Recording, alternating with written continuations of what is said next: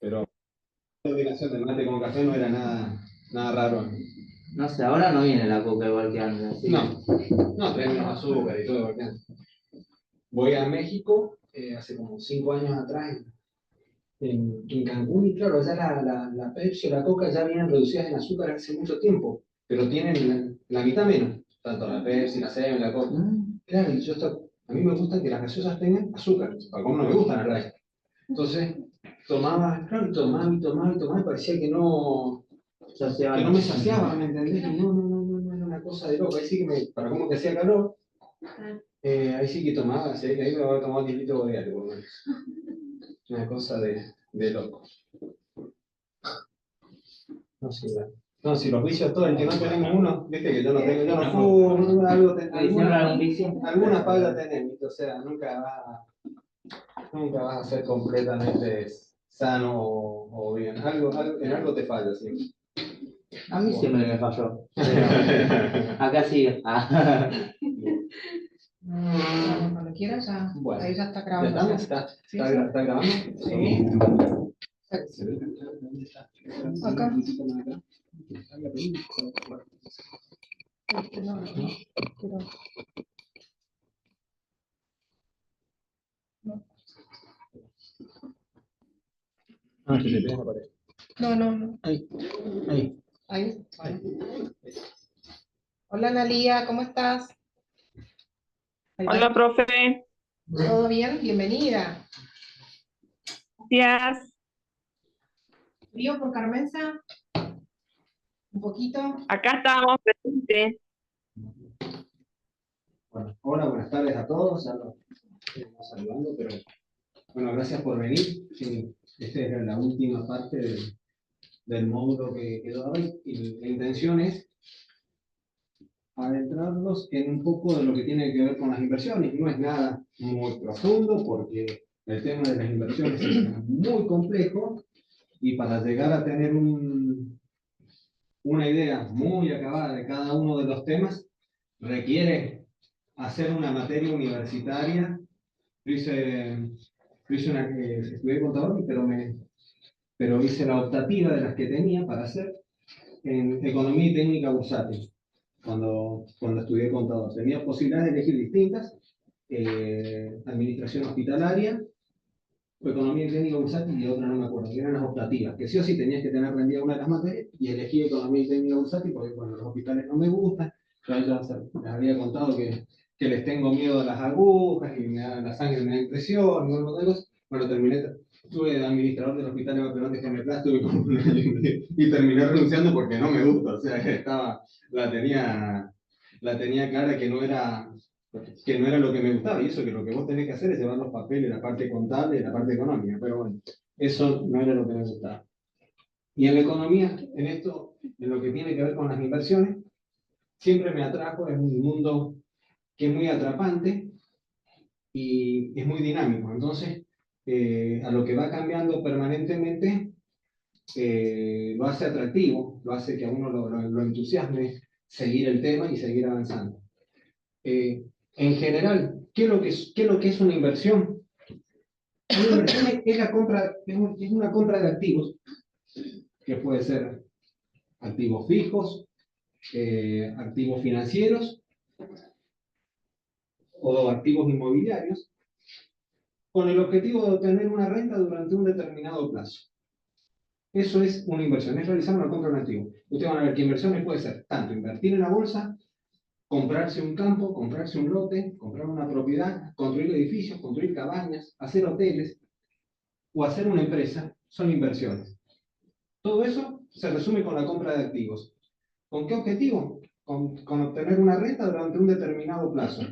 Por eso, cuando uno habla de inversores, hay que tener siempre en cuenta si los inversores son de corto, mediano o largo plazo.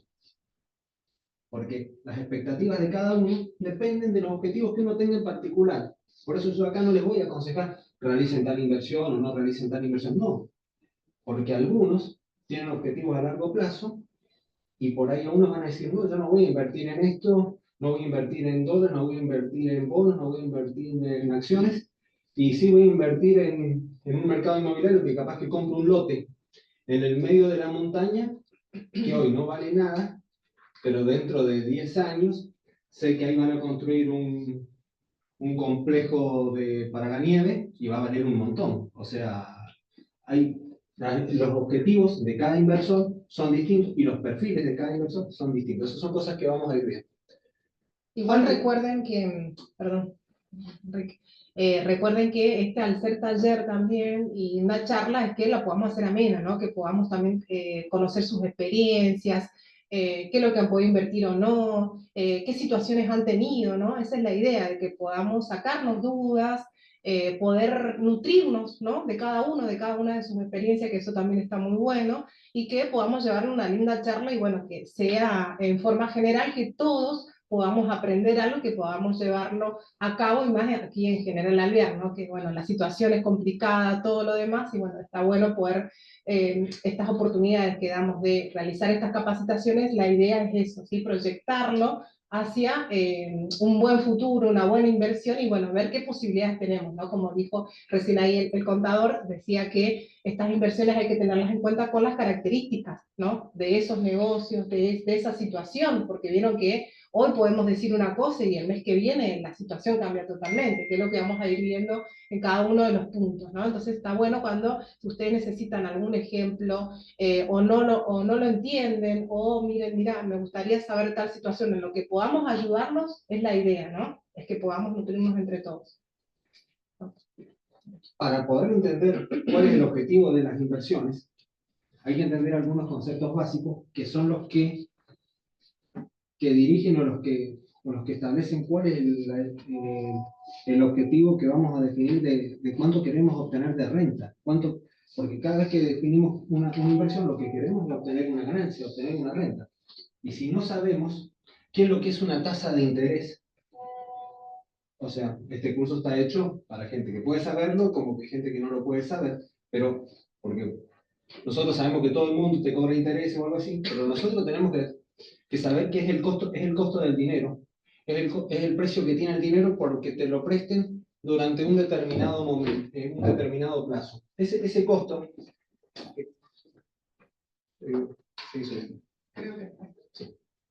ese costo del dinero lo vamos a tener en todo.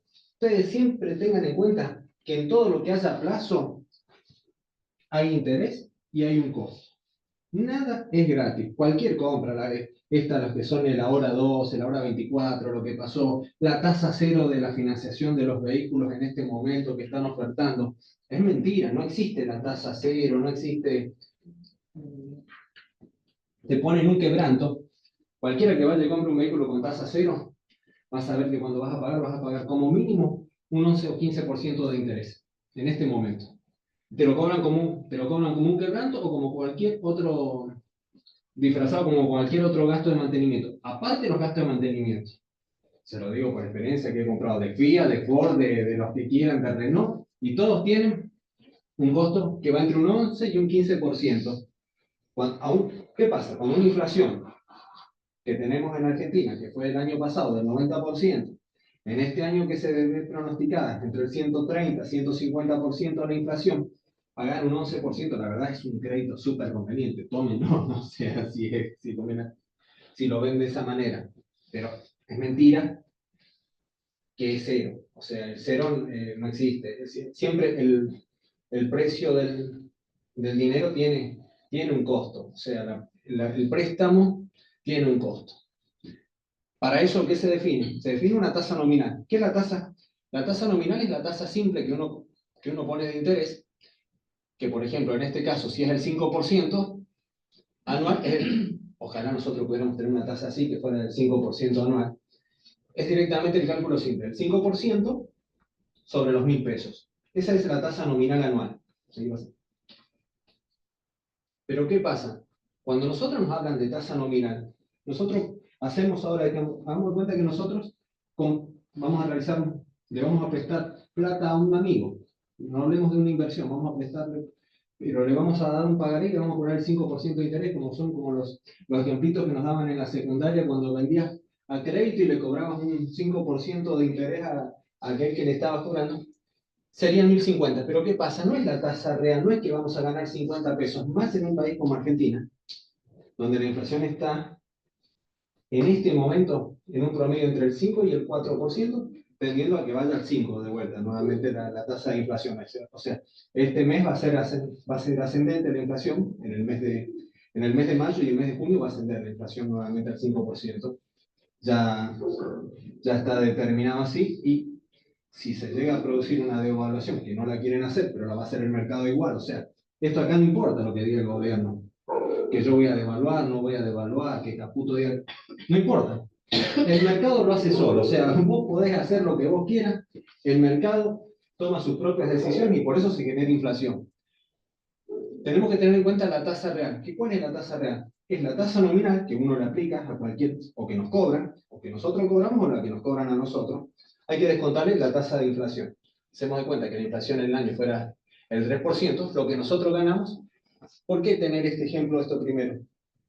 En todas las inversiones que ustedes hagan, tanto sea en plazo fijo, en bonos, en letras, que ya lo vamos a explicar, lo primero que tienen que tener en cuenta es cuál es la tasa nominal y cuál es la tasa de inflación.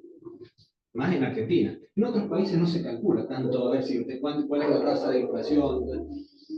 No lo estaban teniendo tanto en cuenta hasta la pandemia. Porque, ¿qué pasó con la pandemia? Todos los países, inclusive Estados Unidos, el año pasado llegaron en el 2022, llegaron a tener el 9% de inflación anual. Eso para Estados Unidos, como para nosotros decir el 200% de inflación. Para ellos es una locura el 9%. Ellos siempre estaban en tasas entre el 2 y el 3 a lo sumo como máximo. Tener el 9 fue triplicar la tasa de... ¿Por qué? Porque durante la pandemia hicieron una emisión monetaria también bastante descontrolada. Y Europa también hizo una emisión monetaria bastante descontrolada. Entonces, empezaron a tener en cuenta el proceso de la inflación. Así que siempre tengan en cuenta que la tasa que a nosotros nos interesa es esta, la tasa de interés real, en definitiva. O sea, el cálculo que vamos a hacer para saber si tuvimos o no tuvimos ganancia. Porque, por ejemplo, ahora te estaban pagando los plazos fijos hasta hace 3 meses atrás, te venían pagando el 10% mensual la tasa, el 111% anual, casi el 10%, 9 puntos y pico por mes en los plazos fijos. Entonces vos lo ponías, decías, sí, pongo 1.000.000 de pesos y ibas a ver al mes y tenías 1.090.000 y pico mil pesos, o sea, te parecía bueno, y lo cual es bastante bueno, porque si vos lo comparás con otro tipo de inversiones que tenías, no te daban ni con 1.000.000, que te dieran 90.000 pesos por mes, o más, o cerca de los 100.000, era una renta buenísima. Claro, cuando le restás la inflación que hubo, y con el poder de compra que vas a tener con ese 1.090.000 cuando vas a comprar otra cosa, ahí te vas a dar cuenta que no fue mala la tasa comparado con otras cosas, pero con respecto por ahí, la inflación se la comió, depende del rubro, depende por ahí justo en el rubro en el que vayas a invertir. ¿Sí?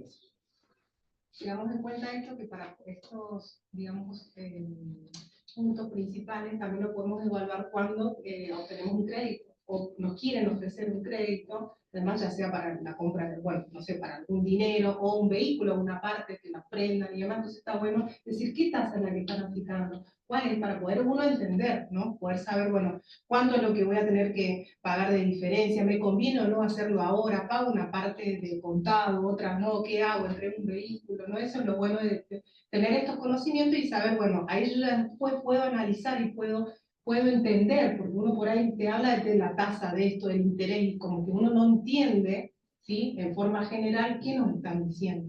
En ese caso, como si fuera un crédito, como vos decís, en lugar de restar el 3% de inflación sobre tres semanas. Lo seguís restando, pero ahí verías cuál es el interés real que te están cobrando, digamos. ¿Por qué? Pues si vos recibís un crédito, por ejemplo, si ahora vos recibís un crédito, eso que estamos dando un crédito a tasa cero. Sí. Que yo te digo que tienen, es mentira que son a tasa cero, que tienen entre un 11 y un 15%. ¿Qué es lo que haces? A ese 11-15% anual, le pones que la inflación de este año va a ser poner el 130. Es como que te estoy regalando el 100 y pico por ciento de los intereses, te lo estoy regalando el crédito, ¿me entendés? Por eso te digo que te recontra conviene tomar un crédito, porque vas a terminar pagando en las cuotas, vas a terminar pagando un 30-40% del valor de lo que recibiste en el momento. Es muy bueno endeudarse en pesos a tasa fija. Fija, exacto. Pero, Bueno, ojo, vieron que los programas estos Procrear, bueno, ahora el Semilla, todo eso tienen que estar evaluados y son buenas oportunidades de negocio para poder, digamos, obtener. sí, la provincia esos tiene el créditos. Semilla, lanzó, la provincia de Mendoza lanzó el Semilla 3. Y que te dan hasta 20 millones. Sí, más o menos. Es que dependiendo Dependiendo del tipo rubro, te dan hasta 20 millones y te lo dan con tasas totalmente subsidiadas. No, súper- si son monotributistas o son responsables. tasas totalmente bajas. O sea, y los cuales están muy buenos, son créditos, tasas fijas, inclusive tienen hasta 6 meses de... No son para, no. son créditos de la provincia, para tu emprendimiento, son para del ya sea Ministerio, maquinaria, del Ministerio de la para Producción de la comprar provincia. insumos, Del Ministerio de la Producción de la provincia. Está muy bueno Y están para muy ti. buenos, están muy buenos. Vos tenés un proyecto y están muy buenos. Son para pymes y para pequeños emprendedores que se inician. Están muy buenos. Todo lo que sea tasa cero, todavía en este momento, o que sea tasa cero, o una tasa de interés muy baja, cuando ustedes la tienen que agarrar y comparar la tasa que te están cobrando con la inflación anual. La tasa anual con la inflación anual. O la tasa mensual con la inflación mensual, con el promedio de la inflación mensual. Tienen que hacer esa comparación para saber si les conviene o no les conviene. Lo mismo, ¿por qué? ¿Por qué para tomar un crédito? Porque tienen que tener en cuenta que cuando nosotros hacemos inversiones, las inversiones, vieron que yo les dije que es la compra de activos, que pueden ser activos financieros, activos físicos, bienes de capital, inversiones desde el punto de vista inmobiliario. Pero esa compra de activos no siempre la realizamos con fondos propios. La compra de activos puede ser con fondos propios o fondos ajenos. Ese es el mayor de los negocios. No existe, como en la clase pasada hemos estado hablando, que el endeudamiento es una parte esencial del crecimiento. Porque esto dicen, bueno, sí, que la Argentina se endeuda. Sí, está mal, no es bueno endeudarse en demasía. Pero si nadie se endeudara, nadie crecería. La fuente del crecimiento de cualquiera de los países o de cualquier empresa que conozcan, de cualquiera de las empresas grandes, fue el endeudamiento. ¿Qué pasa? Tenés que tener como contrapartida un ingreso, una rentabilidad que sea superior. Eso es lo que tenés que tener bien evaluado al momento de endeudarte. No endeudarte, como nos está pasando en el país. Se endeuda para pagar gastos corrientes y no para inversiones o para bienes de capital o para infraestructura. Cuando vos te endeudas para pagar un gasto corriente, te estás comiendo el crédito y la plata que tuviste. Si vos te endeudaras, si aparece un crédito internacional, de estos que vienen del Banco Mundial o que vienen de... O una maquinaria que tenés que comprar y no la Bueno, podés de ese tipo obtener de- acá en Argentina. De ese tipo de créditos, los organismos internacionales te están dando créditos al 5% anual, en dólares, por ejemplo. Nosotros en este momento en Argentina tenemos restringido el crédito, no podemos conseguir crédito externo. Si vos sos una empresa argentina y querés conseguir endeudamiento afuera, no lo tenés. Por como estamos calificados en Argentina desde este punto de vista del endeudamiento, con el rico país que tenemos, una empresa argentina, la Ford, quiere ir a pedir endeudamiento afuera, la Ford de Argentina no puede. No lo tiene habilitado. Estamos en eso estamos, no es solo el gobierno que no puede pedir. Por eso cuando dice no crece y no vienen inversiones, no, es que estamos limitados por varios lugares, por varios temas. No es que cualquiera pueda venir, si yo tengo una empresa acá y quiero ir a pedir una. No, vos estás en Argentina, no, fuiste, ya está, no te voy a dar el crédito. Ese es el tema. Seguí pasando. Yo creo que tuvimos una de las charlas con emprendedores, varios estuvieron presentes y estuvieron de Conservas Gallardo, no sé si lo conocen, de lo que es Gallardo, sí, tomates, que tienen tomate y toda la parte de conservas. Y bueno, Antonio, que tiene 72 años, que hablaba, nos comentaba estas situaciones y él cómo fueron creciendo su emprendimiento, que tuvieron también férreo, ¿no? Tuvieron una empresa de jugos, ¿sí? Donde no le fue como pensaban, ¿no? Que, bueno, que pudieron ahí cambiar la situación, ver el negocio desde otro punto de vista, y él tiene 72 años y dice que tiene 30 años más de proyección de inversiones que quiere realizar todavía en su empresa familiar. Está su señora, está su hijo también, que llevan ese emprendimiento acá en General Alvear, que como les decíamos, creo que en la clase pasada lo hablamos. Si nos quedamos en vender solamente en General Alvear, vamos a quedarnos chicos, ¿no? Ellos tuvieron que salir hacia afuera, hacia otras provincias y poder su producto así llevarlo como casa en casa, ¿no? Decir, bueno, esto es lo que vendo yo, este es mi producto, ellos mismos lo pudieron realizar y bueno, yo creo que en la parte de crecimiento está en eso, ¿no? En poder dar ese paso. Es decir, bueno, no tener esos miedos, esas inseguridades que por ahí tenemos. No retrocediste. Ah, perdón. Ahí. Tienen que tener en cuenta los tipos cuando van a hacer una inversión. Las inversiones van a ver distintos tipos de tasas de interés en la inversión. Algunos son con tasa fija y otros son con tasa variable. Esas son las cosas que tienen que tener en cuenta. Por ejemplo, un ejemplo fácil es el plazo fijo. El plazo fijo es una tasa fija. El plazo fijo tradicional tiene una tasa fija, que en este momento los plazos fijos están entre el 30 y el 35% anual. Siempre y cuando sean hasta 59 días. Si pasan de 59 días hasta 90 días, ya la tasa baja al 25%, 22%. Y si pasan de los 90 días en adelante, te están pagando el 10% anual en este momento. Banco Nación, no te están pagando nada. Nada en este momento. Si haces un plazo fijo de más de 90 días. Así no lo renovás.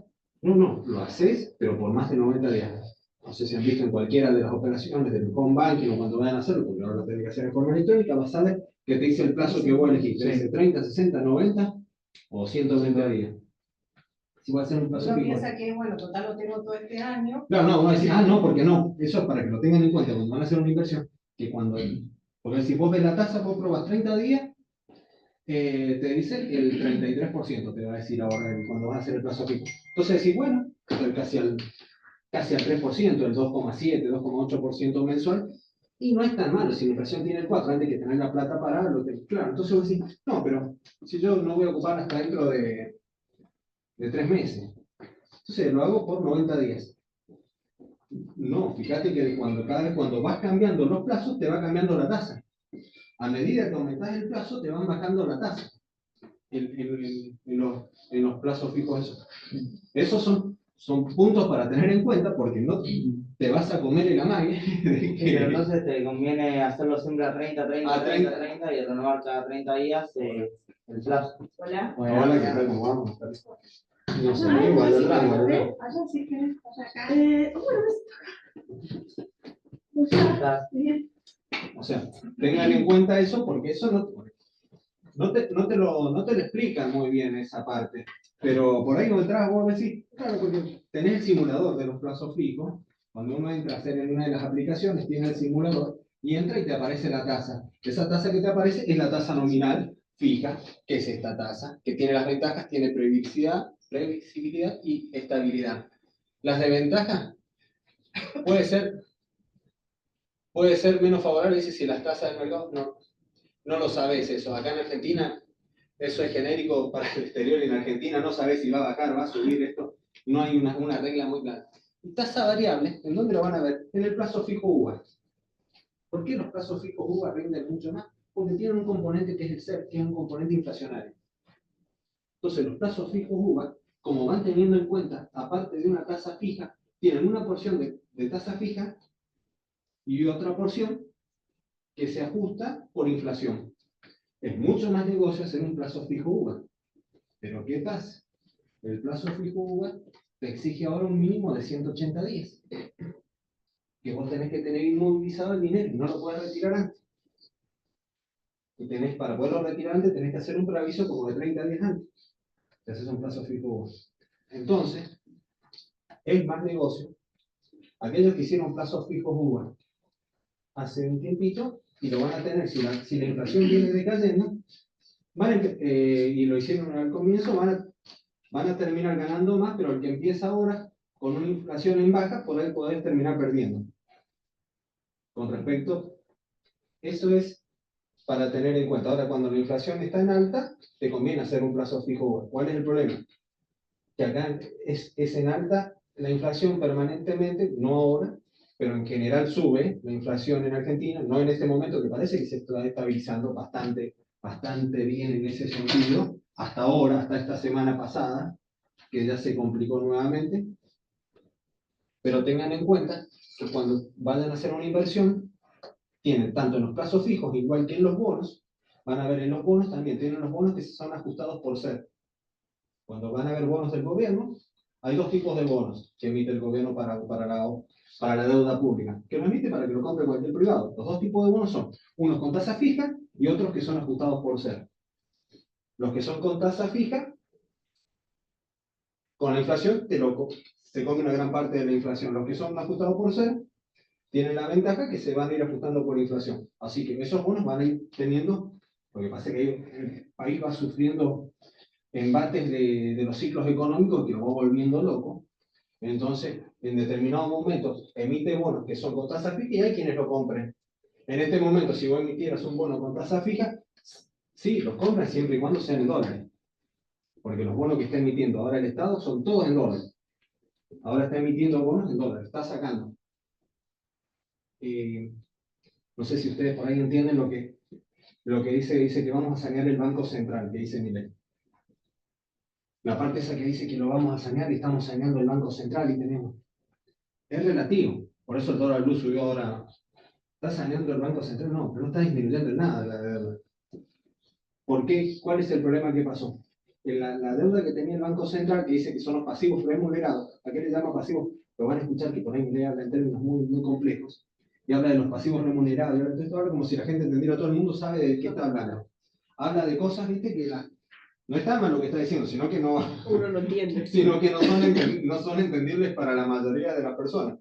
El Banco Central, el gobierno, tiene déficit. Como tiene déficit, se endeuda. Emitía las LELIQ, por ejemplo. ¿Se acuerdan que se hablaba tanto de las LELIQ antes? Que en la época de Macri era que las LELIQ pagaban unos intereses. Bueno, las LELIQ son los bonos que emite el Banco Central. Esas LELIQ las emite el Banco Central y paga un interés altísimo. Esas son en pesos. Son deudas en pesos. ¿Quiénes compran esa deuda en pesos? Los únicos que podían comprar las LELIQ. No lo podíamos comprar ninguno nosotros. Tenemos que tener, solamente los bancos los pueden comprar. Esa LELIQ es una bola de deuda gigantesca, que era más o menos 200.000 millones de dólares, una cosa gigantesca. La están eliminando de deuda de las LELIQ de esa. Todavía le quedan 15.000 millones de esos, 15.000 billones le quedan de esa, de las LELIQ, que es una fortuna de plata. Las quieren eliminar, pero no la eliminan porque se la están transformando en una deuda en dólares, que se la están transformando en una deuda en dólares, que se la están dando. Pero ¿qué pasa? Esa deuda en dólares la garantiza el Tesoro, ahora no más el Banco Central. El Tesoro es como si yo tengo una... ¿Han visto cuando tienen en un negocio que tienen el libro de entradas y salidas donde anotan las ventas y donde anotan los pagos? Bueno, y tenés una cajita con la plata, o está el kiosquito de la escuela, que tenés el kiosquito de la escuela y tenés la plata. Bueno, Una caja registradora. entró tanta plata y salen los pagos. Bueno, la diferencia que tiene que dar el arquero de caja es lo que hay. Ese es el tesoro. Es el tesoro en Argentina, ¿qué es lo que es? Es todo lo que recauda el país menos todo lo que paga. Pero el tesoro no emite pesos, no tiene la facultad de emitir moneda. Si le falta plata al tesoro, no tiene cómo arreglársela. La única que tiene puede salir a pedir endeudamiento, pero no puede emitir dinero, porque el único que emite dinero es el Banco Central. Pero como la idea del gobierno es eliminar el Banco Central, entonces dice, le saco toda la deuda al Banco Central y se la paso al tesoro. Claro, pero los acreedores, si quieren cobrar mañana y el gobierno no tiene plata, no les puede pagar. O sea que el riesgo de cobrar, porque antes no tenía, ¿qué hacía? Emito más pesos. Sí, va a generar inflación, no importa. Pero yo cobré mientras tanto y se van moviendo. Es una bola que se va haciendo cada vez más grande, pero te permite ir haciendo una circulación de dinero en las inversiones. O sea, ¿entienden cómo funciona? En cambio ahora esa deuda no la tiene más el Banco Central, la tiene el Tesoro de la Nación en dólares, pero claro, si los acreedores mañana los bancos, por eso los bancos se le enojaron. Pero mientras siga subiendo el dólar, mayor va a ser Y mayor va a ser la deuda. O sea, ¿qué pasa? La pasaste en dólares, los bancos tienen asegurado que la deuda se mantiene actualizada porque está en dólares. Esa deuda es fluctuante también, porque... No es fluctuante por el valor dólar dólar. sube o baja. Sigue pagando intereses, paga intereses en dólares, mucho más bajo que los que pagaba. La deuda en pesos pagaba poner un interés del 50%, más o menos, una proporción, por decir una de la última deuda. Y en dólares te va a pagar el 8%, está pagando el 8%. Claro, pero en dólares. El dólar se actualiza, se devalúa Y lo- y debes así. Pero ¿cuál es el tema? Los bancos preferían que siguiera debiendo el Banco Nación y no el Tesoro. Porque el Tesoro, y si llega a desaparecer el Banco Central, no te va a poder pagar si no hay plata. Es un corralito. Claro, no te va a poder pagar, va a ser un corralito. No les va a poder volver la plata a los bancos. Y los bancos, esa plata que tienen ellos, es producto del encaje de toda la plata. Eso se llama encaje, que es la parte de reserva que tienen que tener ellos, de la plata que tiene la gente depositada en los bancos. No es de ellos la plata de los bancos. Ellos usan la plata de los clientes, compran bonos del gobierno. ¿Por qué todos te hacen promociones por la cuenta sueldo? Tenés el sueldo acá, te regalamos 200.000 pesos si tenés el sueldo en mi banco. Sí, todo el tiempo en promociones. Promocionando que Sí. cobres los sueldos a través de tal banco. ¿Por qué? Porque esa plata se deposita a principio de mes en el sueldo. Y la están manejando ellos ganando intereses comprando estas cosas. Pero ¿qué pasa si yo esas cosas ellos las tienen invertidas en bonos del gobierno y si el gobierno mañana no les devuelve la plata? Un riesgo. Esto es lo que pasó cuando pasó el corralito. No estamos en condiciones de que pase exactamente un corralito ahora sí. Pero como en Argentina nada se sabe, en Argentina nada se sabe, Ya nos pasó. eso se llamó el plan Bonex, cuando se hizo el corralito. Que eran que decía y porque tiene varias similitudes, porque era el que decían en ese momento, el que depositó pesos recibirá pesos, el que depositó dólares recibirá dólares. Si se acuerdan de esas frases que decían, claro, pero los bancos la tienen, agarran la plata, compran los bonos porque los bancos no ganan solamente plata de intereses de lo que cobran de los préstamos que dan. Los bancos ganan más plata en lo que ganan del gobierno, de la compra de estos bonos, en las inversiones de ellos. Los bancos ganan más por las inversiones que por los préstamos, que por la propia actividad bancaria. Los bancos hacen plata, no solo acá, en todo el mundo, porque se dedican a invertir. Por eso hacen plata. No es tanto lo que ganan por los préstamos. Si acá en Argentina han estado, estos últimos años no ha habido préstamos. No han tenido movimiento de préstamos los bancos, casi nada. Gasto y comisiones bancarias, pero han ganado la recontraplata de las inversiones que han hecho con el gobierno. O sea, en definitiva, se han visto enriquecidos en base a todos nosotros igual. Por eso tengan en cuenta que tasa fija, que es el plazo fijo tradicional, son los bonos con tasa fija, y tasa variable son el plazo fijo UVA y los bonos que son ajustados por ser, acá en Argentina. Seguí pasando. La idea de esto es que irlo mezclando con la realidad, con lo que está ocurriendo actualmente, para que entiendan un poquito y que los lleve a entender de cómo realizan inversiones otros, porque uno aprende de lo que hacen otros a veces. O sea, te dan la pauta. Este material yo se los voy a pasar, así que no se hagan problema. No se me La pongan- tasa de interés simple era lo que calculábamos nosotros, es el cálculo normal que uno hace, el 5% por 1000 que te da 50 pesos, ¿sí? Pasa, eso es simple. Y la tasa de interés compuesta es lo que pasa que cuando uno le calcula el interés sobre el capital y el interés que ya tenía acumulado de los periodos anteriores. Entonces ya lo vas elevando y vas sumando, cada mes se va capitalizando. Eso es lo que le va a aparecer en los bancos, o le pueden aparecer en cualquier cálculo financiero, cuál es la tasa efectiva anual. ¿A qué se refieren con la tasa efectiva anual? Si yo les decía que es el 33%, la tasa de interés que están pagando los bancos, por ejemplo el Banco Nación en este momento, la tasa efectiva anual es del 38,1. Eso es lo que te quedaría. Si vos depositas 1.000 pesos hoy, dentro de un año vas a tener 1.038. A eso se refiere. Siempre y cuando vos no retires ni el capital ni los intereses. Por eso esa es la tasa efectiva. La tasa efectiva, ¿qué supone? Que vos dejás durante un determinado tiempo el dinero generando intereses, y esos intereses se van sumando al capital, y mes a mes vas teniendo intereses sobre el capital y los intereses del mes anterior. Entonces va sumando, es acumulativo. Y va creciendo por eso, porque es acumulativo. Por eso va siendo el periodo 1, y después el segundo, después vas a tener los 1050 y después vas a tener el 5% sobre los 1050. Entonces va a generarte más interés.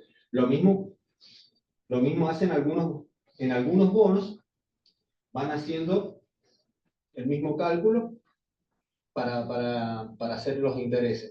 Ese es el tema que tienen que tener en cuenta, tanto para cuando reciben un préstamo o cuando otorgan el préstamo, pero para las inversiones es súper esencial. Eso van a entender que es cuando te dicen la TEA, tasa efectiva anual, que es la tasa de interés compuesta que se está aplicando porque te va acumulando los intereses más el capital del periodo anterior. Y vas calculando otra vez el interés, pero sobre lo que recibí. Por eso cuando ustedes hacen eso, ponen en un plazo fijo, por ejemplo, renovar automáticamente capital más intereses. Si quieren poder cobrar la tasa efectiva anual, que dice que en este momento es el 38,1, para eso tienen que poner renovación automática de capital e intereses.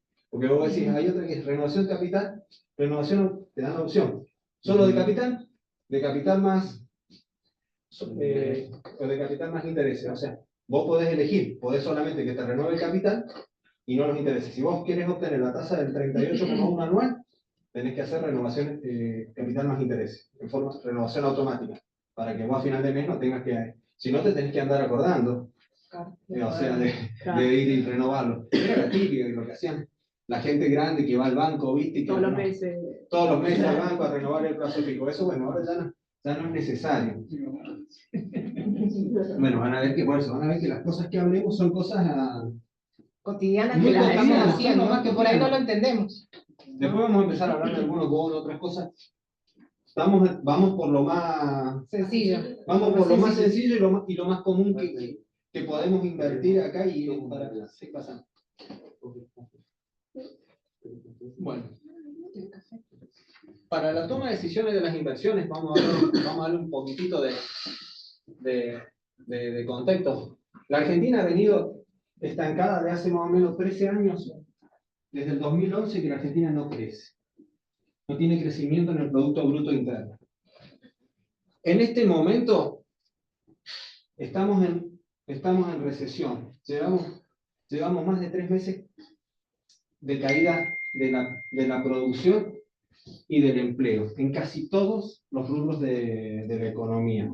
Y en algunos rubros se empezó a estabilizar y a mejorar. Por ejemplo, ahora empezaron a levantar un poquitito las ventas de los vehículos porque al bajar la inflación, bajaron las tasas de interés, aumentaron, pero la mayoría de las empresas los tienen a los empleados, por ejemplo, estas las grandes, las siderúrgicas, todo lo que tenga que ver con el acero, y las empresas de automotrices están todas con suspensiones impresionantes porque con el stock que tenían les alcanza para el nivel de ventas que hay en este momento. Está muy complicado. Lo que sí ayudó en este año fue que hubo una cosecha de soja bastante buena en el país, pero ¿cuál es el problema? No liquidan los sojeros, como nunca. Nunca en la historia de la Argentina se liquidó tan poco la soja. ¿Por qué la soja? Porque ahí el gobierno cobra los derechos de exportación de ahí. De lo que se cobra el 33% de lo que vendan, el gobierno le saca el 33% de la soja. El 30% del maíz, y no me acuerdo de cuánto es del trigo, que creo que también es el 25%. Es el 25% del trigo, el 30% del maíz y el 33% de la soja. Por eso se enojan, tanto los productores, por eso decían que le saquen las retenciones y que le saquen las retenciones. De ahí venía. De ahí viene la mano, porque ellos cobran 1.000 pesos, $1.000, porque lo venden afuera, cobran $1.000. Esos $1.000, el gobierno les resta el 33%, el 30%, depende, pero en promedio un 30% de derechos de exportación, que se lo queda el gobierno. Y después el gobierno, entonces de los 1.000 te sacan 330, te quedan 670. Esos 670 te los liquidan a un dólar de 934 pesos, que es ahora lo que vale el dólar oficial. Entonces, si vos agarrás y decís, ¿cuántos dólares recibiste en definitiva? Si el dólar vale 1.420, el dólar blue. Entonces, si vos haces cálculo, ellos perdieron de lo que produjeron, perdieron casi un 55% perdieron del momento este. Por cada tonelada que ellos vendieron. Por ejemplo, la tonelada de soja vale $200, 205, 200. Ellos acá reciben $100. Nunca alcanzan a... Ellos reciben $100 en este momento, por eso es que están pidiendo una devaluación a gritos de los tipos estos. Sí, después el ingreso bruto que le cobran también. Y ahí tienen que pagar todo el resto de los impuestos. O sea, de ahí. De lo que exportan, no, pero sí lo que les van a cobrar es el impuesto inmobiliario, ese impuesto que le habían puesto ahora en la provincia de Buenos Aires, los que tienen más de tierra, que tienen más de 2.000 hectáreas, también le cobraban otro impuesto más, o sea, un adicional más, que era lo que se estaban quejando, bueno, que lo han judicializado y no se aplicó nada todavía, el impuesto ese. Y sobre todo eso, después viene la ganancia. Sobre todo eso, después viene el impuesto a la ganancia. Que de lo que les quede neto, después de deducir todos los gastos, porque ¿se acuerdan cómo habíamos hecho el impuesto? Que habíamos hecho los impuestos, menos los gastos. De lo que te quedaba, te cobran un 30% de impuesto, 35% de impuesto a la ganancia. Bueno, sobre lo que les quedaba después de producir, de esos $100 que le quedaban, de ahí te sacan el 35% de impuesto a la ganancia. O sea que en definitiva, de $200 te quedan 65. Vos vendiste en 200 y te quedan $65. Por eso dicen que el Estado les queda el 30-35%. Eso es lo que ellos ven. Hay otra forma de explicarlo en la que no es, en la que la devaluación, ellos pedían devaluaciones a grito, mi ley devaluó de 360 el dólar a 800 y pico de golpe, 820, 830, devaluó cuando ni bien entró, y los perjudicó más todavía. Por eso es que ellos piden devaluación, no es, tampoco entienden de economía los productores lo suficiente para decir, en eso tiene razón Milei, que hay que tratar algunas cosas diferentes y no es solo devaluar.